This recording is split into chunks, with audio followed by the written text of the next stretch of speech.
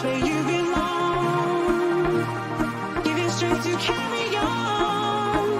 Open your heart, set your mind at ease. Live your life and you'll be free. We're gonna rise, rise, rise. Keep on rising, rise, rise, rise. Keep on rising,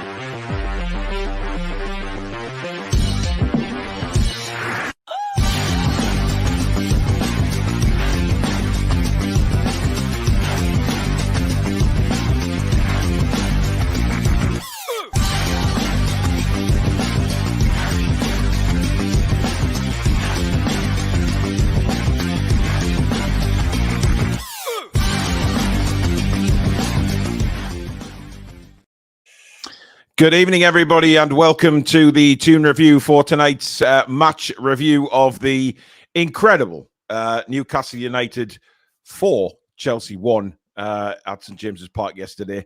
An absolute fabulous game of football, a fabulous result. But there is talking points to come out of it, which we will be discussing on the show tonight. A few talking points after the game, certainly. Which has got a lot of people talking. Straight off the bat, Ronald, thank you for a £5 super chat. Hashtag mugs, of course. But if you do enjoy tonight's show, guys, as usual, please hit that thumbs up button. And of course, if you are new to the channel, please come and subscribe. It is free to do so. And also hit that notification bell, which will let you know when we go live or we upload any future videos. Now, you can, of course, donate to the channel if you hit that $sign at the bottom of the live comments, and that will mean you'll get your comment read straight out, as has Ronald tonight. And also, you can become a member of the Toon Review if you hit that join button just underneath me and Billy, and that will enter you in for prizes and members' perks, etc., etc. Right, Billy, unfortunately, we have to start off with some not so great news. Obviously, Terry Venables passing away.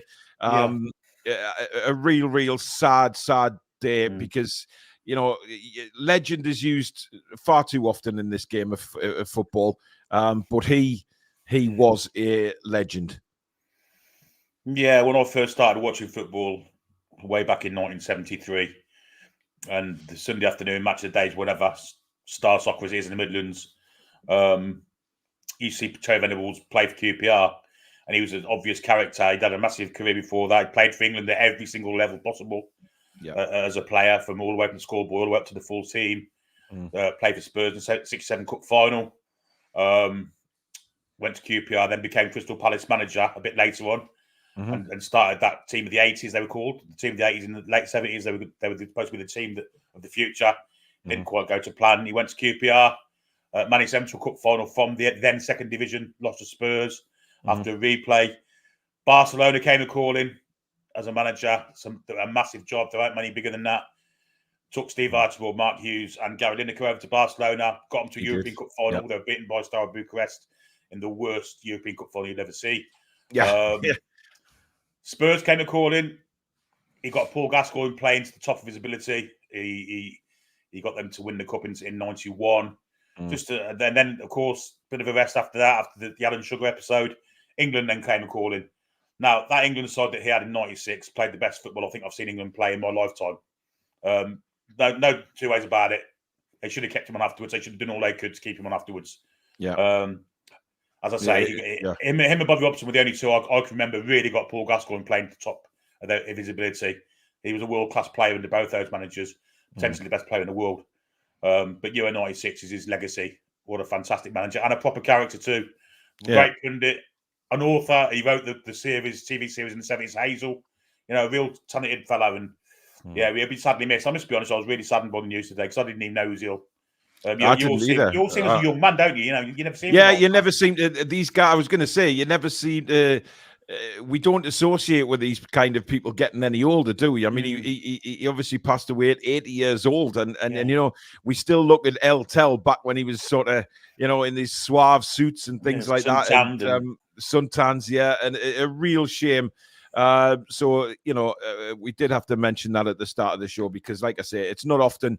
Sorry, it's too often that legend gets banned around, but this man was. But a real forward-thinking manager as well, a real innovator. He'd come away from that 4-4-2 stuff that we had for years and years and years, 3-5-2, Christmas tree formations, and all of it he did was fantastic to watch, all of it. Yeah. And, of course, had Gascoigne managed to get his foot on that cross, things might have been different in '96, of course. I think we would have gone on to win that tournament. I'm under no illusion about that. So sad to hear, Terry Venables passing away at the age of 80. Thoughts and prayers, of course, with his family and friends at a very, very sad time. Now, moving on to after the game yesterday, Billy, our owners have caused a little bit of a stir. Certainly through social media. By the way, Stato will be with us. He's just running a bit late. He's had an errand to run, so he will be joining us in 10 minutes or so. I was quite surprised, actually, Billy, when I sort of came across the tweet last night that Mia Dad had put out, simply saying that the fans have got to match the players. The atmosphere. He mentioned it, and of course, Jamie Rubin then followed on from that and said that the fans have to match the players when it comes to the atmosphere. It's upset quite a few people. And look, I didn't want to make a big thing of this, but it's turned into a big thing because of what's going on with the ticketing. And everybody's saying, it's digital, it's the age. It's not about digital ticketing. What it's about is the club is saying that none of these tickets are going on these external websites to buy. Yet we know they are. They're there. It's clear as day. And a lot of people yesterday have contacted me to say there were so many Chelsea fans in the home ends yesterday, in not just rows of 2 or 3, Billy. We're talking 6 or 7. That is wrong. And that is completely wrong. And, I also stated that I didn't want to see Newcastle United. I've said this from the start of the takeover, and so have you. We don't want to see St James's Park turning into one of them grounds where, you look at the photos from the game and you're seeing 1,000 people on the phones just taking pictures instead of concentrating on what's going on in the game. I don't want St James's Park turning into that. So I think they have to address this ticketing situation instead of just saying it doesn't happen, because it does. Well, a friend of mine in the Gallagher had 4 or 5 Oriental people below her were taking photos all game, literally not watching the match, taking photos of the ground around them, not singing any of the songs, obviously not being able to sing any of the songs. And that kind of works its way round and round. We know we've had a lot of American fans over this game. They're not going to be singing songs like the home fans would. Then you've got the Chelsea fans who took advantage of these tickets on these websites. Yeah, the ticketing kind of policy really got to be sorted out. This balloting system isn't working. Because these companies are getting hold of thousands of tickets each week. It's not a case of a few. It's quite a lot. There's people in Newcastle upon Tyne who can't get tickets. I've seen members who've paid members and not won a ticket in the ballot all season. That's wrong. That's wrong. Once you've won a ticket in the ballot, I think you should go to the back of the queue and then it starts again. Well, the thing is, Billy, it shouldn't have been an unlimited membership, right? That's where the initial problem has happened, by making the memberships unlimited. And look, I'm not sitting here having a dig at our owners, right? Because what they've done is sensational, right? And I love them, okay? So I just need to state that point. But however much we praise them for what they're doing to our football club, we also have to have a say in the stuff that's not going quite as well. Darren Eales came out the other day and said he wants to involve the fans in everything. Well, I'm sorry, but the fans have got to have a say in this because it's going wrong. The ticketing side of it is not right. I'm not saying about the digital entry. That's not a problem. Digital tickets, fine. That's just going with the times we live in now. However, it's not that. It's the external websites that are picking these tickets up. It's the unlimited memberships that have caused the problem here. And the club have said, I think 3 or 4 times now that, there's no way that these tickets are going to these external websites. But they are. They can't hide that because it's there. And, until that is sorted, this problem is going to continue and continue on and on and on. I don't understand why they had unlimited memberships. I think a cap should have been put on that, as it has been in previous years. It's caused a problem. And now, people are getting into that ground who are not Newcastle United supporters. And that is where I have a problem.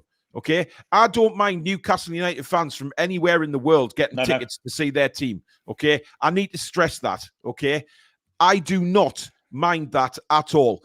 If fans from America, Australia, New Zealand, or wherever it is want to come and watch the team they support, I haven't got a problem with that at all. What I do have a problem with is opposition fans getting tickets where they're not supposed to be. And it happened a lot yesterday. There was a lot of Chelsea fans in the home ends, in different sides of the ground. And that should not happen, Billy.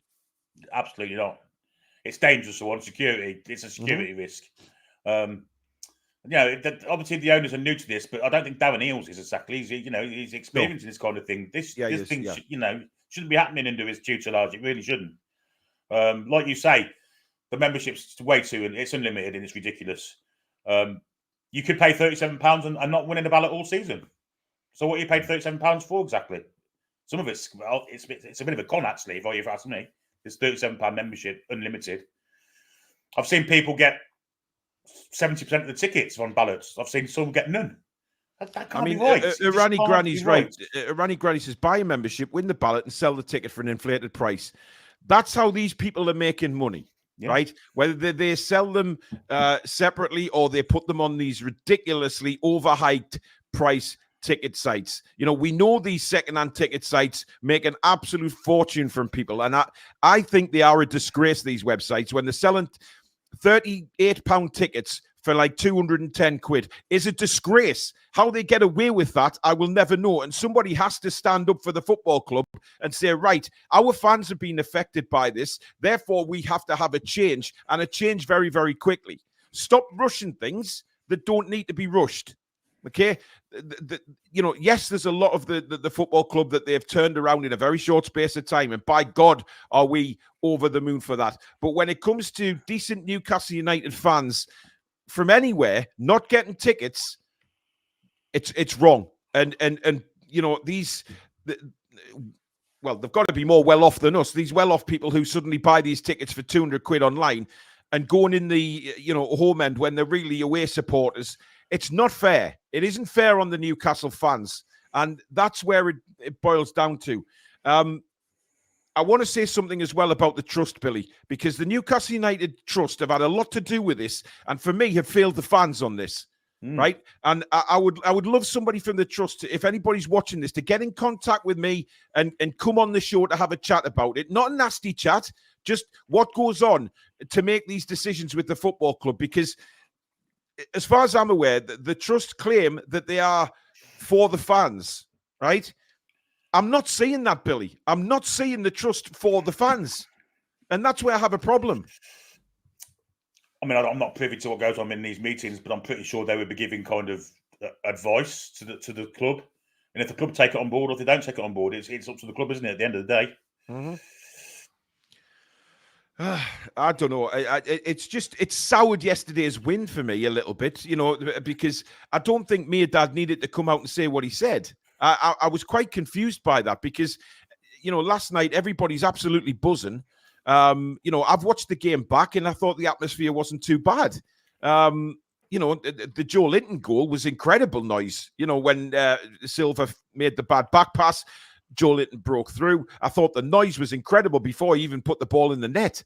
So, I was really surprised that Jamie didn't go. But what's caused a bigger problem is Amanda goes on to Instagram and praises the atmosphere and says it was wonderful.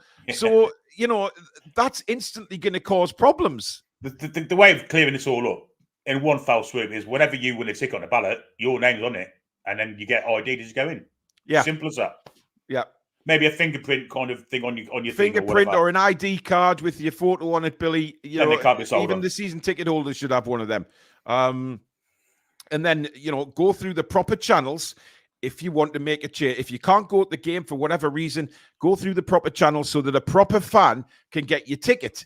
And that's what really annoys me is that the fans are missing out because of, opposition fans paying fortunes for these tickets online, and there's no checks. There's none at all. And then, when we're in the ground, and it's happened more than once this season, Billy, because I've been in there, in the Leazes End when opposition fans have been there, and it causes immediate problems. There's, the stewards are having to rush in, and people get found out who they support, and for me, I'm not into all this crap about, let's have a punch up because we support different football teams. But there is idiots who are loaded up on alcohol, think, oh, you support them, I'm going to have a fight with you. And it instantly causes problems. Well, I've been involved in that in the past. I must be honest, when I was a youngster, it was red rag to a bull if I saw an away fan in the home end, in the Gallagher or whatever. However, a lot of the away tickets. We know what was it like. We know what it was like back in those days, though, Billy. I mean, it's very different now, isn't it? Some of the best times I've had have been in the wrong end of away grounds. Well, yeah, but that was back then, wasn't it? It was a known thing back then. But these days, it's dangerous for me. You've got young kids sitting in there and stuff as well who are being subject to this, and I feel like it's caused a little bit of it's caused a massive outcry on social media with the fans. The Trust are getting it left, right, and centre. Which is why I'd love to have somebody from the Trust on just to explain what goes on, to give their side of it, because it's not working. It's not working for the fans at all, and it's not just home. It's earlier actually, which is quite odd. I'll keep going, and I'll see what you said. But it's not just home games, Billy. It's away games as well. It's happening now. Yeah. And there's a huge following that Newcastle United have taken away from home for years now, and these fans they're not getting the tickets anymore. And even the fans now who've gone home away for years and years have said that even the atmosphere at away games is not the same as well. Ronald, thank you for another $5. He says, so what about the Irish Toon fans and American Toon fans that was there?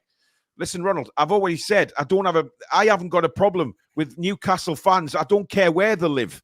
If they want to come and watch the football at St. James's Park, fabulous, right? It's their team.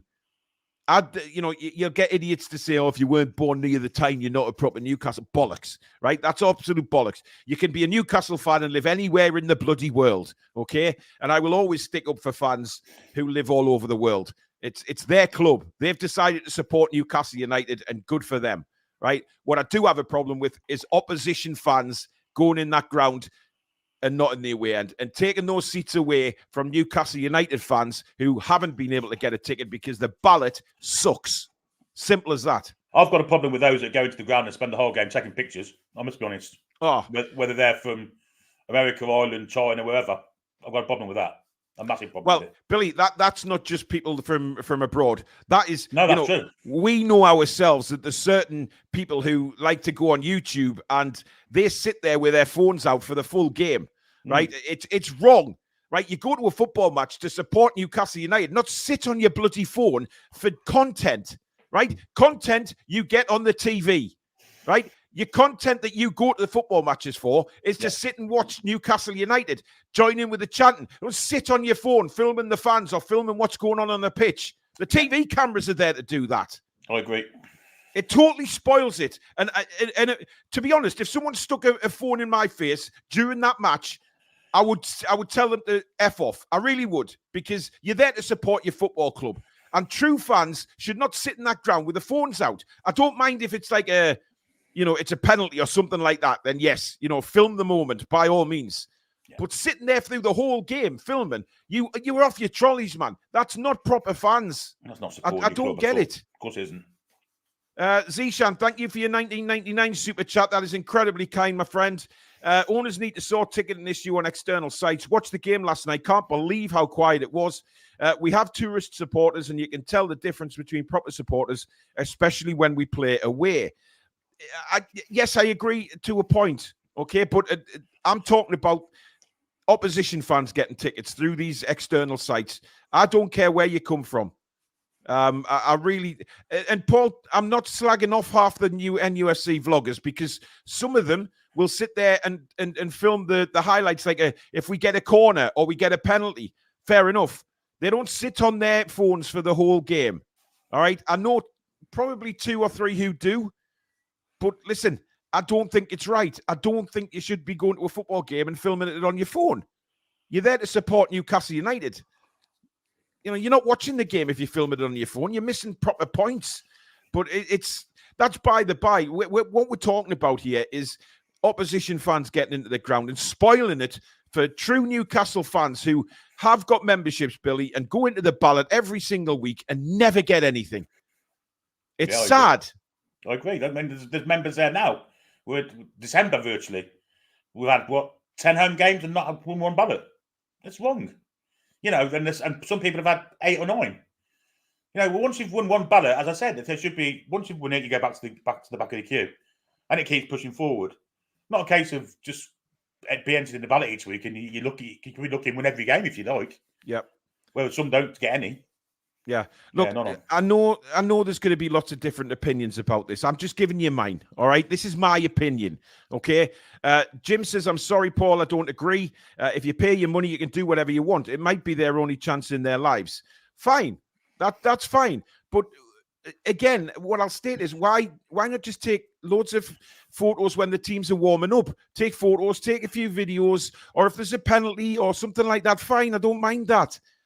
But we all know football fans love going to games with the mates and watch the game. Not think about, I need to get this on film. I need to get this for me content. And it's I don't know. It's just a little bit sad in my opinion because it takes it away. It takes that atmosphere away. And that's what people want at the ground. We want the atmosphere. But until this ballot and ticketing system is sorted, I don't think it's ever going to get any better, Billy. No, it's got to be sorted. It's got to be secure, as you've said. To whoever wins this ballot ticket, it's got to have their name on the ticket, and it's got to be kind of just for them. It might cost a lot of money to set up some sort of security system to do that, but at least you're getting proper fans in there. Big Ass Bloke, thank you very much for donating a month Toon Review membership to someone. Irani Granny, you have got that membership, so well done. And thank you again, Big Ass Bloke, for donating that membership. Looney Tunes says, I also don't agree. Taking a picture of a video for memento is no bad thing. But that's not what we're saying. But that's what I'm saying.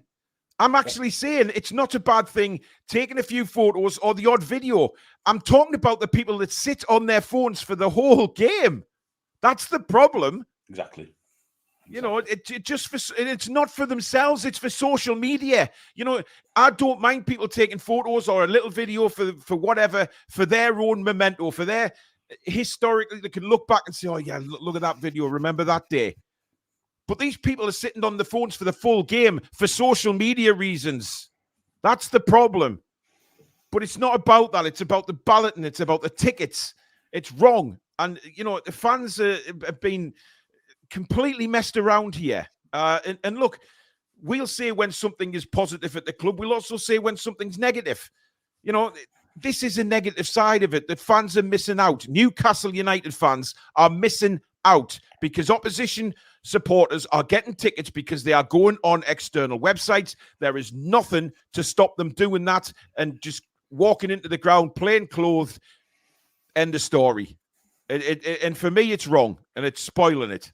But I guess we'll just have to see what they do, Billy, because I think, me, Dad, and Jamie have got a lot of feedback, certainly on social media about it. And I'd say at least 80% of the fans are, very, very upset, and rightly so. And quite rightly, because St James's Park is supposed to be a hostile place for visiting teams to come and play in. It didn't matter yesterday because Chelsea were absolute dog shit. But, some next weekend, for instance, Manchester United, God, it's going to be even worse then. Oh, well, the thing that worries me, Billy, is we know that there'll be Manchester United fans spending a fortune on these external websites to get these tickets, and they will be in with the Newcastle fans, and it will cause havoc, absolute havoc. Ronald, thank you for gifting a membership, my friend. That's very kind of you. Milo, you were the recipient of that 3 months membership, so well done, my friend. And thank you again to Ronald for donating a month's membership for the Toon Review. Very, very kind. Foxy says there's nothing wrong with having the phone out for a penalty, like you said, or before or after a game, but recording the whole game is a bit bizarre. Screams casual fan. Look, like I say, everybody is going to have an opinion on this, and It unfortunately is. Mason makes a good point. I never took photos of Wembley before, during, or after the game. I just like soaking up the atmosphere. I went into the ground at Wembley with my daughter Phoebe, and we took some photos because the Man United end was empty, as it normally is, until 5 minutes before kickoff. But we wanted to savor that, and I took photos of me and Phoebe for memories. To take my little girl to Wembley to see Newcastle United in a cup final. But I took some photos during the warm-up. But once that game kicked off, my phone was away. And it was all about the atmosphere. It was all about cheering for the lads. And that's for me, how it should be. All right? I'm not saying that's the right thing to do. But for me, that is my opinion. That is what I do. And I just think, how can you take in the game, Billy, when you're sitting on your phone for the full game? We can't. You can't. Anyway, people are getting impatient for the match review, so I think we should get into it now. Hey, people can wait until I'm bloody ready. Southern Geordie, thank you for your $4.99 super chat. He says, in my opinion, vlogs are dull. I want to scream at the people doing it. Live in the moment. You cannot fully live it if you're constantly on your effing phone. That's a perfect comment to just leave that on. So well done for that. Right. Let's move on now to the match itself, Billy. And, when we saw the team line up yesterday, we were sort of saying, this is a little bit, with threadbare. We, 3 goalkeepers on the bench, full of kids. But the starting 11, we felt, was still strong enough to do a job. Yeah, I think if you looked just at the benches before you started the game, you'd have thought, Christ, I hope this is no injuries or really poor performances that we'd have to make changes. Because, theirs was full of multi-million-pound players, and ours was full of kids and pensioners and goalkeepers. Yeah. So, but our actual first 11 looked absolutely fine on paper, and one that we thought would be able to compete with Chelsea's. And we were right, because they did. And not only did they do that, they totally overwhelmed them, if you ask me. Look, the game started, and it was a bit end-to-end, wasn't it, Billy? Because we were saying it was, it was swaying one way. We were attacking, then Chelsea would attack. But Chelsea had that game plan to come at us, on the break. They wanted to hit us on the break. They were happy for us to have possession at certain points of the field. For me, that was a risky tactic from Poch, if I'm openly honest, because, when we were allowed to do that, we can absolutely destroy teams. And that was the point yesterday. Now, obviously, Livramento started at left back. Yep. Kieran was right back. It looked very balanced from the off in defence. We did have a few little nervy moments with Nick Pope, but, apart from that, I think we defended very, very well when we had to. Yes, I thought so. I thought in the main, cut the mistakes apart, like you just said. We were very solid at the back. They didn't really look like scoring maybe 2 or 3 occasions in the whole game. But, we were never under any kind of constant pressure from Chelsea at all, really. I expected more of Chelsea, if I'm honest. I thought they were a bit weak in attack and defence, if I'm perfectly honest. I thought they were naive at the back, and I thought they were a bit one-dimensional going forward as well. Well, yeah, look, Jackson for me isn't the answer for Chelsea up front. I think he was very, very lackluster. I think we dealt with him extremely well. But as the sort of game wore on, Billy, we started to get the advantage. We started to, knock the ball about. We got very confident, I think, from around 15 minutes. And then we started passing it around. Lovely little intricate plays, lovely football. It was that kind of football that was a joy to watch again. Yeah, the midfield took control, didn't it? Bruno was on one yesterday. He's been fantastic of late anyway. But I think seeing his nemesis from the Argentina-Brazil game on the opposite side spurred him on a little bit, Enzo Fernandez. Miley was fantastic, really mature performance from him. And Joe Linton was everywhere, all over the pitch battering ram. So they took control of the middle of the park. And I think we wanted it more than them, if I'm perfectly honest. I think they were kind of surprised by, and it shouldn't have been, by our physicality and our intensity. They were surprised by it. But no, I thought they were very naive, actually, Chelsea. And I think some of the stuff we played yesterday was fantastic. Some of the midfield play, especially. But all of the players had good games, in my opinion. I think the game was won in midfield, though, Billy. We completely dominated them, and when we saw the 3 of them, obviously, in the preview on Thursday, we were trying to work out, is Willock going to start, or is it going to be Miley? Is Sean going to be fit enough? Turns out Sean and Joe Willock, unfortunately, are especially Willock, is out for a good while, but we'll come on to him a bit later. So Miley came in, and what a performance, Billy. This kid is 17-year-old, and he's still buried deep Enzo Fernandez is still massively deep in Miley's pocket. Just outstanding. Unbelievable maturity from a kid who's got maybe 3 or 4 years of growing to do yet, let alone anything else. Without the improvement he's going to get with experience and coaching and good teaching.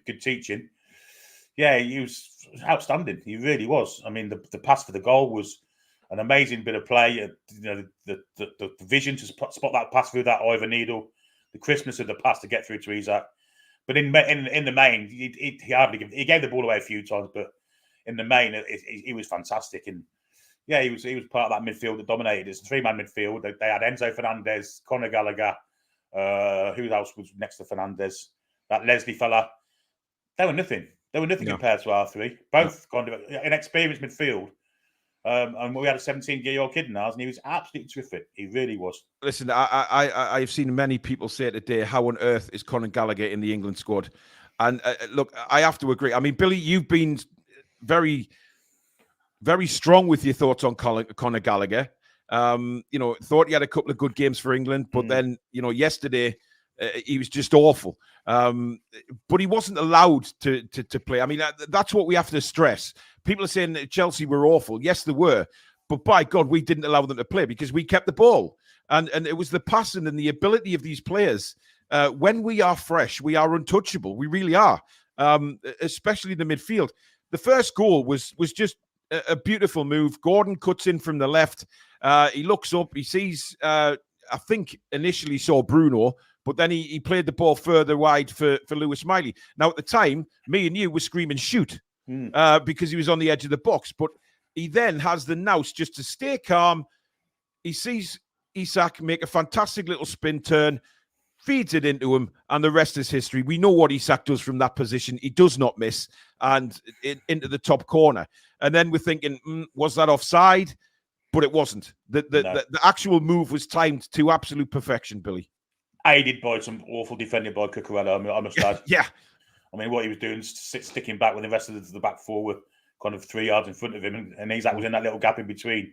Yeah. But a fantastic bit of vision from Miley just to thread that ball through with the pace it needed to get through and to get to Isak quickly enough for him to turn and shoot. It was a brilliant goal, great finish, but a fantastic assist from the young 17-year-old. And of course, when they went to celebrate that goal, they were all pointing at Lewis Miley. That was great to see. Miggy was doing this on top of his head, and Isak was pointing to him, and that's the kind of camaraderie we've got going on right now. And Bruno's come out with a comment today regarding Lewis Miley, saying he's an absolute star. And Bruno talked about when he was 17, saying he was shit. He says, so this guy is an absolute star. And reading that, Lewis Miley is just going to get one hell of a boost. Of course he is. Bruno Guimaraes is one of the best players in the world at the precise moment in time. He's one of the best midfield players in the Premier League, if not the best. That's fit at the minute. And that's it. That's simple as that. You're getting praise from someone like that. It's going to make you stand a foot taller, isn't it? And he's going to get that anyway. He was fantastic. Really, really good. Really, really good yesterday, Miley. And Bruno was even better, if you ask me. He was the best player on the park by a country mile. Yeah. Pont Mags, I just want to take you on this. He says, love you, mate, but poor take on the American fans, Billy. Was about 30 of them and was a planned trip by diehard NUFC supporters.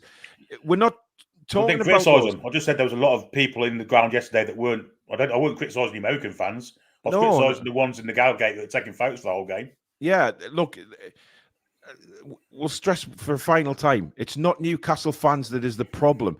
We don't mind Newcastle United fans from all over the world coming to watch their team. It's amazing. It's fantastic, right? The buzz is amazing. And, you're seeing all the guys yesterday coming over from America on social media, having a whale of it, a wonderful time. And that's what it's all about. What it's not about is these dodgy tickets going to opposition fans. That is our problem with it. Not American Newcastle fans. Any Newcastle fan is welcome at St. James's Park. Opposition fans stay in the away end. They're not welcome in the home seats. It's as simple as that. But anyway, well, Billy, after we scored, we continued to, press Chelsea, and we could have got a second. We'll come to Joe Linton's header in a minute, but before that, Jamal Lascelles brings the ball out of defence. He gets over the halfway line, just took a slightly heavy touch. which gave the ball away to Raheem Sterling. Sterling breaks, feels Trippier on. As soon as Trippier touches him, he goes down, which is exactly what he does. But you can take nothing away from the free kick. Yeah. Or can you? Yes, you can. I think you can. I think the free kick should at least have been attempted to have been saved, not just standing there. Sometimes you can kind of anticipate it going in the top corner. The ball was nowhere near the corner. You know, he anticipated wrong. He should have at least flung himself to his left and tried to save it.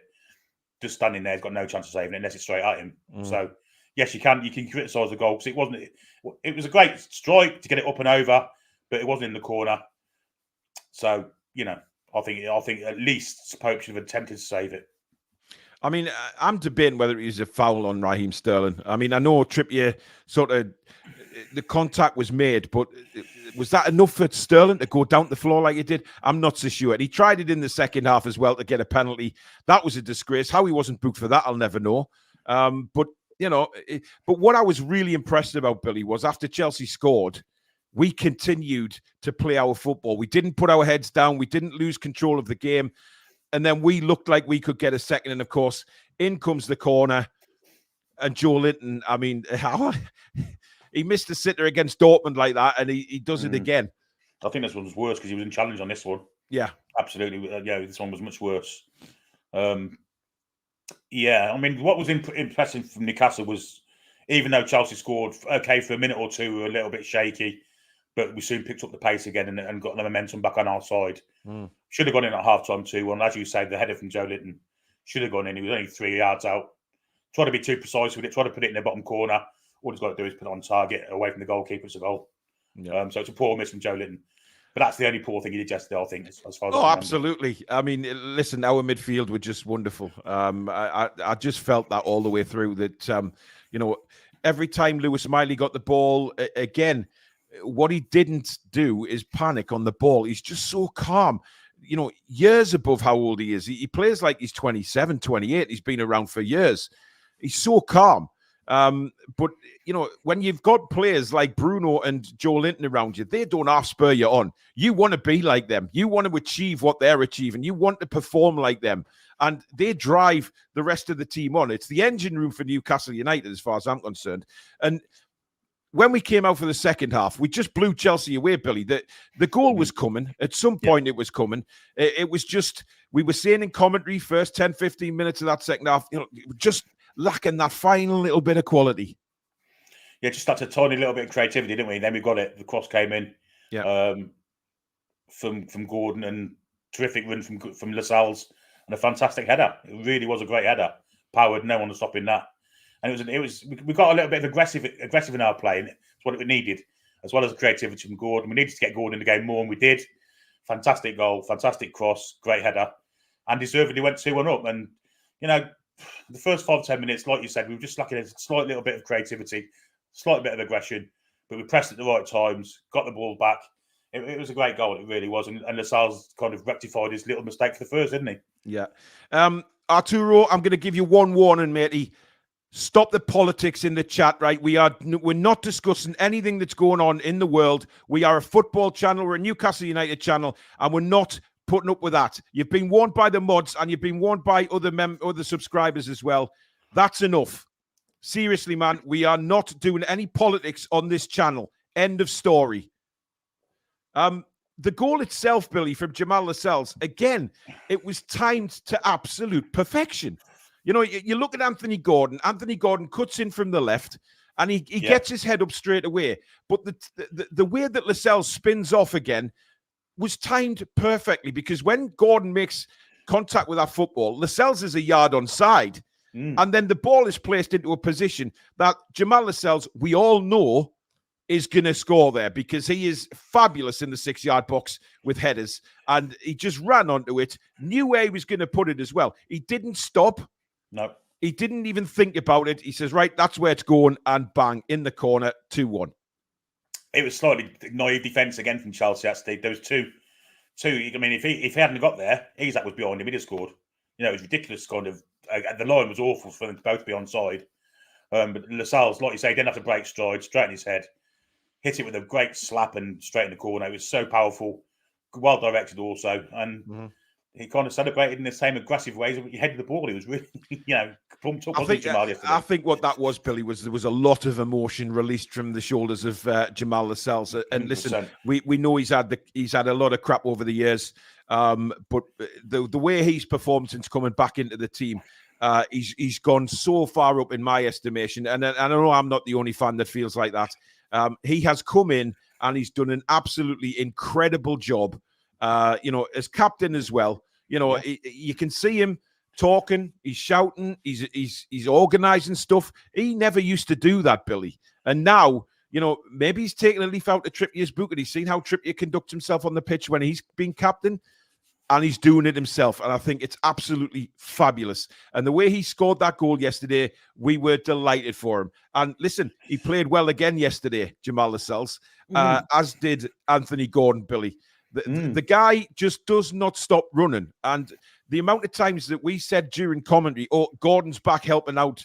But the thing about Gordon was he played on the left, but he was helping Trippier at right back. He was helping Livramento at left back. He was just everywhere.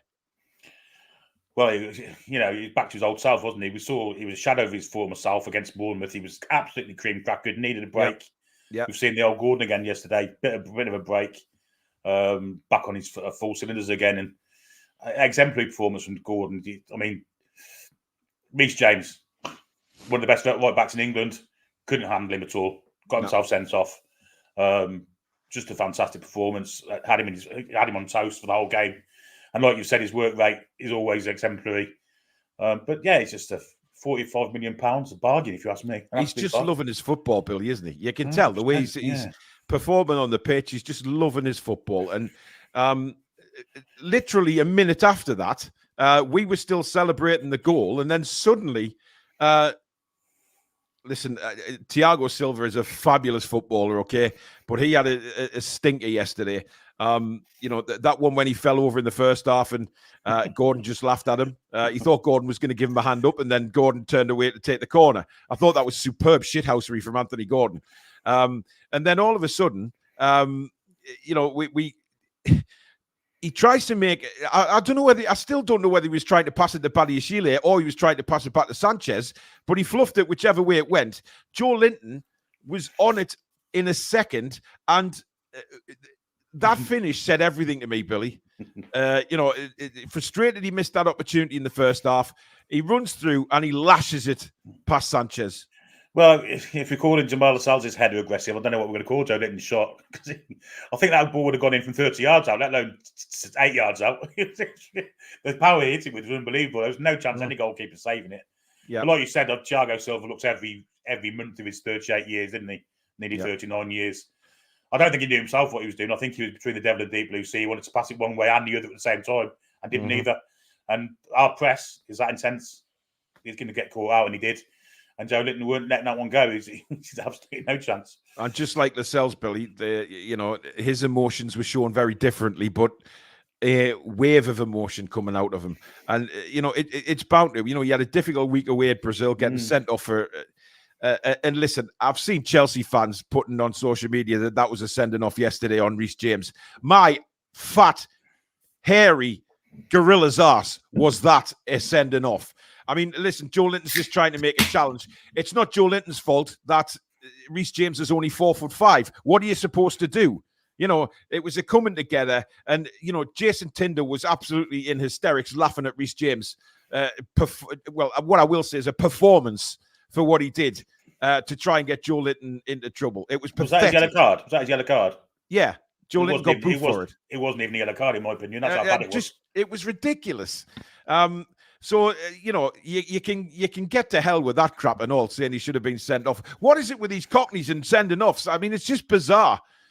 However, we then still go at Chelsea, Billy, and all of a sudden, Anthony Gordon opens the turbos, disappears past Reece James. It's a little bit of a trip. It's a professional foul, and he knew exactly what he was doing. And a second yellow, he's off. Poor from the Chelsea captain. Yeah, people have been saying for a while that how good of a right back Reece James is, and he is. But there's one thing that he hasn't got, that Trippier's got, that Kyle Walker's got, that all the other right, but even Trent to a certain extent, he's a better defender than Trent will ever be. But Yeah. what he hasn't got is discipline. He's been sent off on countless occasions, as I can remember. To make him captain seems an odd decision to me because I don't think he has that leadership ability to do it. He's not the perfect, kind of example to stand up to because he does get lots of red cards, unnecessarily ones as well. I mean, he got a book for kicking the ball away. That's pathetic. A captain kicking the ball away, getting a yellow card, then doing that. That's not leadership. That's the complete opposite. That's cowardly. Yeah, really, for your team. But he was on toast all day from Gordon. He was frustrated, but that's no excuse to do what he did. Now, of course, the fourth goal was just sensational, Billy, in my eyes. We have to take a big bow down to Miggy for his part in the goal. He gets the ball on the left-hand side. He then looks up. He knows Anthony Gordon is going to make that run. That's what happens when you start playing together for a while. You start knowing players' runs. And Billy, this is when Gordon, of course, had moved into the attack, number 9 position. And we did say, or you did say actually, a lot, that if Anthony Gordon is going to play that way, then play to his strengths, and that is playing the balls in the channels for him to run onto because he's a nightmare for defenders. And that's exactly what Miggy did. The run was, again, a bit like the first goal. The timing of the pass and the timing of the run were perfection. And that little flick by Miggy, he's away, and it's absolutely superb. The run, and then obviously, he has to cut back inside of Silva. Badiashile is there as well. But the finish was just magnificent. Yeah, it's one of the best goals I think we've seen this season from Newcastle. Yeah. I have to say, it was like I've said, and like you just said there, to get the best out of Gordon in the central position, you've got to put it in the channels. There's no point. You can't play with his back to goal because he's not strong enough, he's not physical enough to do it. So you've got to use his pace and get in between the centre halves and the full-backs. The spin he put on Thiago was an amazing spin. But even more so was the vision of Almiron to spot it and flick the ball with the outside of his left foot in behind into the perfect place for him. Gordon's in against Thiago and Badiashile, uses Badiashile, curves it round him into the corner. Fantastic finish. I mean, poorly defended again by Chelsea, I have to say, but terrific finish. No one stopping that either. But when you look at the goal, Billy, the composure from Anthony Gordon was just sensational. Oh, it was amazing. Yeah, amazing. It just because he he's not a striker. But what he did was, he ran into the box, he cut back. He had two who have been absolutely fantastic defenders. Yes, they were off the game yesterday, but Badiashile and Silva are class defenders. He then has the composure just to say, right, I can't beat two of them. So what I'll do is I'll go in between them and curl it round into the corner and beat Sanchez. It was a clever goal. The whole of it, all of it, from the spin of Gordon was a clever spin. The spin of the pass of Almiron was clever. The deftness of Tuch to get it in the right place at the right time was really clever. And then the finish was clever also. It was a real special goal. One of the best goals I've seen this season. Absolutely outstanding goal. Fantastic finish. It's a fantastic move. But Paul Cucurella, he's been on toast from Almiron all game on a left back there. And then James gets sent off, so they move him over to the other side. And then within 2 minutes of that happening, we put Gordon in the middle and put Almiron back over against Cucurella again. He must have thought, oh, Christ, here we go again. Because he got done again, didn't it? It was superb. It really was. Yeah. John, your football comments will get read out, but the last few comments you've put in have been about trolls and stuff. So, let's talk about football. But I will reiterate, we've got over 1,000 people watching, John. It is very difficult to read every comment out. I'm not Superman. And if we were going to do a show just of comments, it wouldn't be very good, to be honest. The chat is there for everybody to get involved with. So let's just leave it at that. Now, obviously, Billy, the final thing of the game before we do the player ratings was, of course, the kids coming on, which was brilliant. I mean, their faces at the end, going round with the senior players applauding the fans. What an experience for them. Yeah, they only got a few minutes here and there, but it doesn't matter. It's Premier League experience, and it gives them a sort of insight to keep your head down, keep working. This could be you. Well, I would have thought two of those players, Indewini and Diallo, wouldn't have expected to get any first team minutes this season.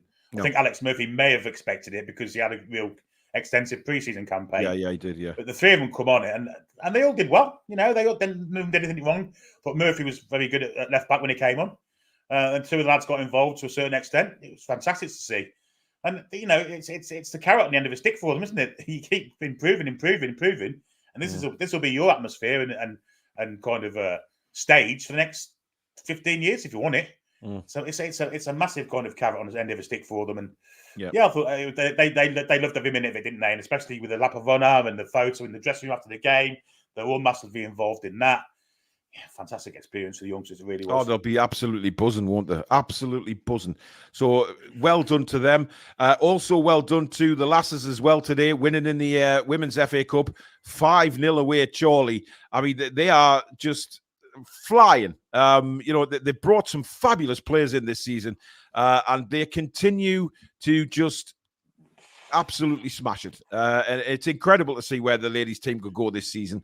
You know, obviously, I think it's them and Burnley in the league, isn't it? So I think, you know, that's going to be I think they've already drawn with Burnley this season, but when they play them again, that could be a league decider the way the league's going. But on the FA Cup, they keep going, and it'd be fabulous to see them come up against a Super League team at some point in the Women's FA Cup. It really would. Just to test where they are at the minute. You know, I think Becky Langley would probably, you know, admit that they're nowhere near that level yet, but it would be a hell of an experience for them to get some of them. So absolutely fabulous for Becky and the girls today, and keep smashing it. Keep smashing it. It's brilliant to see. Right, let's move on to the player ratings. I don't know where Stato is, guys. I got a message 5 minutes before the show saying he was running 10 minutes late, and well, Stato's 10 minutes can turn into, well, it's like anyhow in press conferences, Billy, when he's talking about injuries, and it could be any amount of time. It must be something really important for him to miss this, because this is his favourite show of the week. So yeah, I think we can take it that it's important. Yeah, Lewis makes a good point as well, Billy, about Paul Dummett's tackle at the end. You mentioned the late great Bobby Moore's tackle against Pele. It was very similar to that. Maduake cutting in, but absolutely superb timing. It was the exact same tackle as far as I could see. Yeah. It was just, and it's something that Dummett seems to have got into his game recently. He did it against Manchester United, where he kind of chased someone back. I can't remember who it was, but he got across and put a fantastic tackle in. Last ditch one.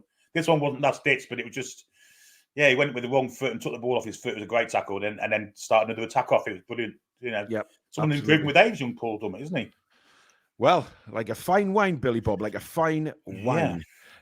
So it was just a brilliant tackle. Billy says, I'm sorry, Paul, I've watched your great show since you had 300 subscribers, but if I see any more politics in the chat, I'll have no alternative to unsubscribe. Listen, Billy, I completely understand. I have put a warning out.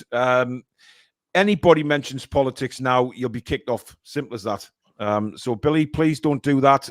We are handling it. You know, with this many comments coming in, it is quite difficult, but we are on it, Billy. So we do apologize for that. And we are the same as you. So please let politics just handled by other people. We're not a politics channel. Right, let's do the player ratings, Billy. We'll start off with Nick Pope. I mean, look, he made a very, very good save in the first half, down to his left. But then all of a sudden, you know, the free kick you mentioned, I don't know what he was doing when he kicked it straight to Conor Gallagher. Any better player would have been in the back of the net. What do you reckon? Yeah, how much score? Because that save from Enzo Fernandez was a fantastic one, wasn't it? Yeah, it was, really good save. But his kicking was drab yesterday, wasn't it? Back to his old self again, and I think he should have really saved. Well, had a go at saving the Sterling free kick. I mean, fair enough, he might not have got to it, but at least try. You know, you don't get nothing by standing there. You know, playing devil's advocate, you do see a lot of goalkeepers when that happens, just rooted to the spot. When it's going in the corner, fine. Yeah, but this one didn't. It's nowhere near the corner. Yeah. Well, you know, I can kind of sympathise with if they know it's going in the corner. It wasn't hit with that much pace. I had to get it up and down, so it wasn't hit with that much pace, you know? 6 out of 10 for me. Okay. I'm going with a 7. But, you know, again, along the similar lines, I think we all know that Nick Pope is a hell of a shot stopper, right? He is a brilliant shot stopper, but he does have his weaknesses. That, you know, there's no doubt about that in my eyes. So the kick, because he did another kick about 5 minutes after that, which went into row Z, and there was no need to kick it out. He had players available. Trippier absolutely bollocked him, saying, "What are you doing, kicking it into the stands? You've got three of us standing here. Just play the ball out." However, he did make good saves, and so it's a 7 for me, and hopefully he'll learn from that, and he'll be a lot stronger again at PSG, which he will need to be. Right, we'll move to right back now, Billy. We'll go with Kieran Trippier. Now, Trippier's deliveries yesterday for me were far better. I've watched the game back, and you see Trippier put these balls into fantastic areas.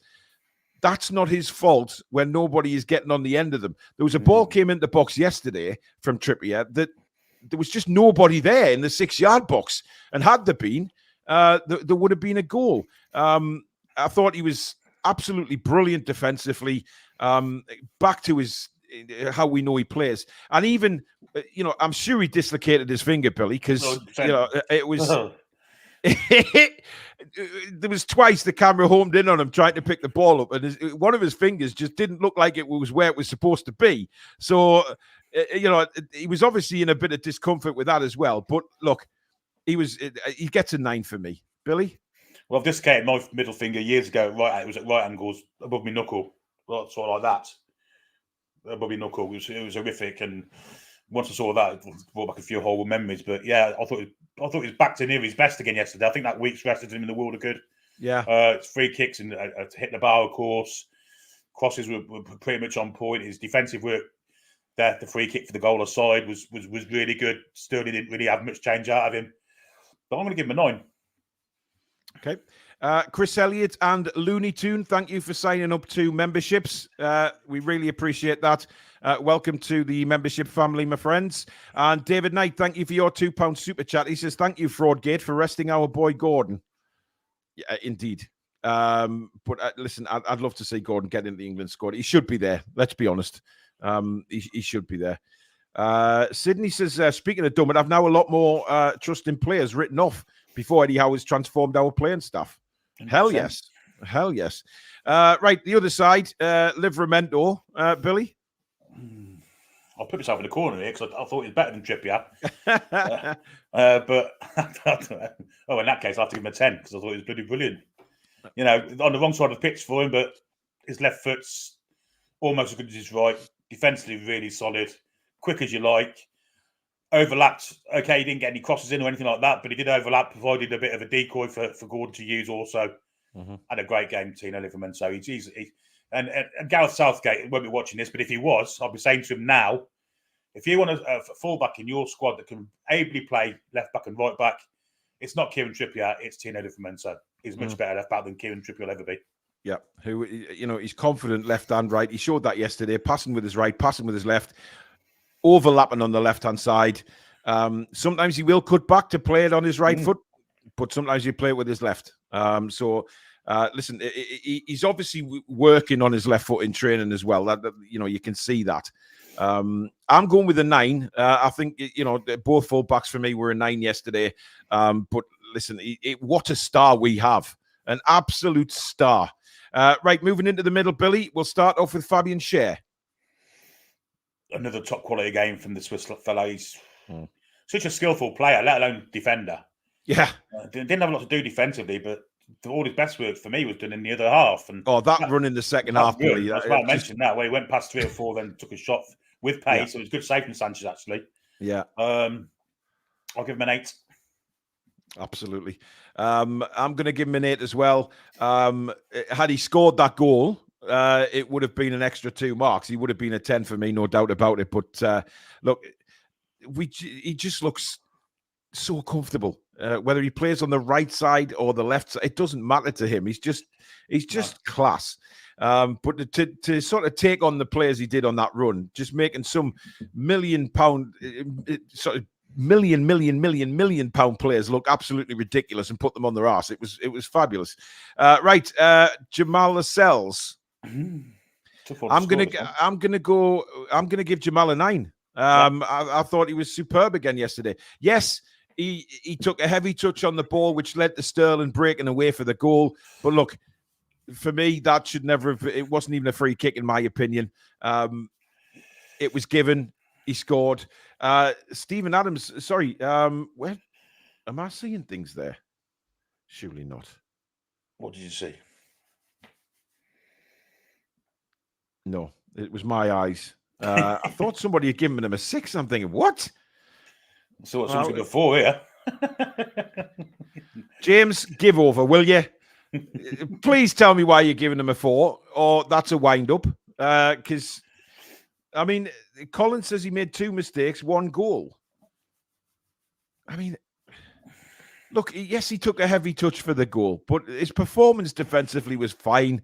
And I'm giving him a 9 because I think, the goal that he scored was very important at the time to score as well. But it was the way he finished it, under all that pressure. So there you go. 9 for me. Billy? Yeah, the goal was fantastic. The touch that he lost the ball with was, I wouldn't say it was a mistake as such. It wasn't really that much of a heavy touch. It was good kind of pressing from Jackson, wasn't it? Yeah. So to me, that's not really a mistake. It's good play from you've got to give the Chelsea player credit for pressing him. It's only gone half a yard in front of him, and he's in like Flynn, isn't he? Really quickly. So defensively, I thought it was really good because I mean they've got some big fellas, Badia, Sheila, and people like that. I mean, he cleared a lot of headers from corners, as I remember. He did. He always got his head on the ball. So I'm prepared to give him an 8. Yeah. Right. Into midfield, Lewis Miley. Billy? Okay, because if we were scoring him just on a normal player, like a Longstaff or something like that, you'd give him a kind of 8 or 9. But because he's 17 and the maturity that the kids showed and home debut as well, the added pressure of a home debut in the Premier League at St James's Park, that pass, that's worth a 10 alone. So I'm going to give him a 10. Yeah. I'm doing the same, Billy. I'm giving him a 10. I thought he was magnificent. And listen, he caught the eye of other fans' channels as well, not just Newcastle channels, who spoke about... I watched Mark Goldbridge last night on his That's Football channel, and, he was ranting on about how bad Chelsea were, but then he turned to Newcastle, and he says, Newcastle were absolutely superb. And he said that they had a 17-year-old midfielder who looked like he was 28. And just dominated the midfield. And he was very complimentary about Newcastle, which a lot of people were, to be honest, unless you're a Chelsea fan or an Arsenal fan. Alice did as well. Yeah, Alice did as well, yeah. So, listen, he's so composed. It's absolutely excellent. Joe Linton, Billy? Well, take that header away because, I mean, the rest of his game was phenomenal. I mean, he was everywhere. A battering ram all over the pitch. He battered Chelsea in submission. As you say, I think that maybe some of that was frustration down with that ridiculous red card he got against Argentina and seeing Enzo Fernandez on the pitch again. Great goal as well. I mean, despite him missing that kind of open goal, I'm still going to give him a 10 because I thought he was bloody brilliant. I'm giving him a 9, but for similar reasons, Billy. I thought he was outstanding yesterday, but he's got to score those headers because listen, if it's in a game where we really need a goal and he misses like that, he's got to put them away, because if he put that one away against Dortmund, it could have been a very different game, of course. So I'd just like to see him improve there. I saw one comment that where has it gone? Let me just find that one. From Clue says a 7 for Joe. Apart from the goal and good pressing, his technical abilities lacks a bit. Can't finish and loses possession too easily. Well, he scored. I think he lost maybe 5 duels out of about 16, which for Joe Linton is pretty good. Joe Linton, Billy, is not in there for technical ability. He's got it. He has, of course, he has, but he's not there. That's not his prime job, is it? We know that, but he's coming good again, and that's the main thing. We're seeing the best. He's an absolute battery. Oh God, he's a force. Right, Bruno. Need we ask Billy? Well, he's best player on the pitch for me. He completely dominated the game. Just a phenomenal performance. He's just fantastic to watch, and he's one of these players where you pay to watch him alone. Seriously, he's got that much in his locker. Technically, it's unbelievable. I've never seen a Newcastle United play with that technical ability. Yeah. I said early doors that he was the best all-round midfielder I think I've seen Newcastle play. This is kind of 2 months into his tenure with us. I've got no doubt about that now. He's got everything. Defensively solid, passing-wise phenomenal. His little jinx to get away from players is unbelievable. Totally ran the game, dominated a midfield that had £200 million players in it. 10 out of 10. It had a World Cup winner in it as well, Billy. I mean, yeah, you know, £150 million player, World Cup winner. Enzo Caicedo come on, did the same to him. A fresh Enzo Caicedo did the same to him. He was fantastic. He really, really was. And we give Bruno's 8, 9, 10s most of the time, but this 10, I mean, it's potentially maybe his best game for Newcastle. He was absolutely outstanding. Absolutely outstanding. I wonder how many times you've said that, Billy. I don't know. I don't a feel lot. that's enough. I know exactly, and that's how good he is, isn't it? Because we keep saying that was possibly his best game, but it just gets better and better. It's a 10 for me as well. Everything Billy said, no doubt. Right, let's move to the front three. We'll start with Miggy, Billy. Yeah, I thought he was great as well. I really did. He had Cucurella on toast. Yeah, and it wasn't just a case of him staying on the right. He came in. And when he went on the left, he was assist there as well. I feel I'm doing him dirty with a 9, but I'm going to give him a 9. Well, if you're giving him dirty with a 9, I'm giving him an 8, Billy. And I'll tell you why I'm giving him an 8. There was a couple of times in the first half, and I think you'll remember, he could have put crosses in immediately if he tried his right foot. There was times where he was played in, and it was perfect opportunity to hit a first-time ball into the box. He cut back again, and when he cut back, the move died off. So I just want to see him improve that right foot, and he can do it because we've seen it in previous weeks, Billy, that he can do it. Yeah. So it's just it's a little bit of a shame. He had Cucurella on toast, and that. God, yeah. God, yeah, brilliant. Over on the other side, Anthony Gordon, Billy. Well, I'm giving him 10, no doubt about it. Yeah, it caps off with a fantastic goal, but for the 90 minutes, he was. He gave Reece James an absolute torrid time and ended up with him getting sent off. Just brilliant. Brilliant. Yeah, 10 for me. You can't score anything lower than a 10 for Anthony Gordon. I mean, he was just unbelievable. Right, Alexander Isak, Billy. Tough one to score this one, but you can pretty much tell what you're gonna get from Alexander Isak with his first touch, and if his first touch is good and he looks confident, he's on it. Yep. And he was on it yesterday, but I don't think he got the ball enough. And even though he scored this real only chance, I thought we could have involved him a little wee bit more, but we didn't. But I'll give him a 9 for that fantastic finish. I'm going 8. Similar reasons to your explanation, to be honest, Billy. I just, he took his goal fabulously well. We know that. It was a great move, great goal. Just sometimes when we're pressing, he just sort of just jogs and. Listen, I know he's got to pace himself. Don't get me wrong on that. He's got to pace himself given the situation with the squad. But look, he is deadly in that area, and I'd like to be able to score him more, to see more balls coming into the box for him, and that's what I'm talking about. Miggy, Billy, when he's got those first time opportunities to cross the ball, get it whipped in, and then it's up to Isak to do the rest. Isak has got to be in those positions to score. If he's not there, then you have to ask questions as to why he's not there. But let's just see what he's like when the balls are flying in the box.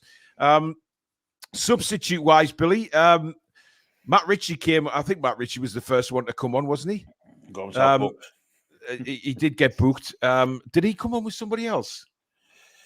Yeah, did Dummett come on with? I'm sure Dummett came on as well. Yeah, possibly. Maybe Dummett at the same time. Listen, I'm going to score them both. I'm going to give Ritchie a 6, but I'm going to give Dummett an 8 just for that tackle because it was it was mint. Billy?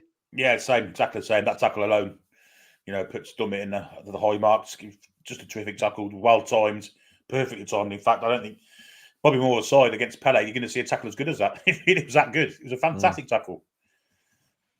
Now, the youngsters that came on, I'm scoring them a 10. All of them. Yeah, of course you do. Yeah, just because they came on, and just for the smiles, those kids are getting 10s. I'm sure you'll agree with that, Billy. Yeah. 10s all round. So we'll move on to Eddie Howe. Billy? Yeah, I think he gets a 10 this week as well. It's more of the same. It's intensity is our identity. That's it. And we were too intense for Chelsea, too physical for Chelsea, wanted it more than Chelsea, outran them, outplayed them. But that's down to the coach. I mean, he didn't have much choice with his selections or what have you. Yeah. But he still got to get him on the pitch playing in that way. And week in, week out at St James's Park especially, we do it. And yeah, 10 out of 10 for all of the backroom stuff. Yeah, and I'm giving him a 10 as well, Billy. And I think, you know, the reason we're giving him 10 is because, like you said there, he had a threadbare squad to choose from, okay? But what he did do is when we won the game, you know, when the game was won, he brought off some big important players for us. And for me, that was a great move. Don't care how long's left in the game. It was the fact that he had no choice to do that. You know, if that game was 1-1 or 2-1, some of those substitutions don't happen. But because it was 3-1 or 4-1, you know, the game's won, and get them a little bit of a rest. They don't need to stay on for the full 98 minutes or whatever it was. Get them off and, you know, give the kids a bit of Premier League action. And the fact that he did that was brilliant. So 10, definitely. I must say about the referee as well, Billy. I thought the referee, he was probably the best referee I've seen this season in the Premier League. I thought he kept things moving as best he could. He wasn't card happy. I mean, I know there was 5 cards each side, but they would probably deserved some of them. But I don't think he was, you know, he wasn't stopping and starting the game, Billy, which is what I'm trying to say. Yeah, I think Chelsea were leaving the feet in a little bit. I think they were a little bit ratty, but I think he dealt with them. I really do. I think he booked them pretty soon. I think he gave our players protection. I agree with you. I think he probably was the best referee I've seen at St James's this year. A lot better than what it was when Spurs played Liverpool, of course. But he was very good yesterday. Yeah, we'll forget that. But listen, there you go, guys. Thank you very, very much for tuning in tonight.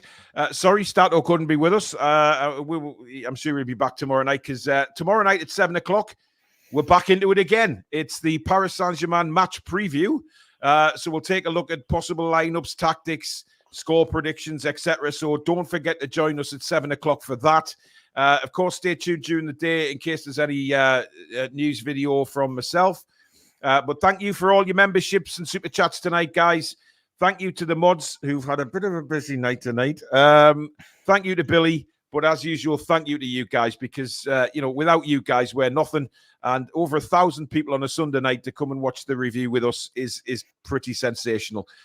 So listen, we can't say how much we appreciate that. It is just through the roof. It's incredible support. So thank you to each and every one of you.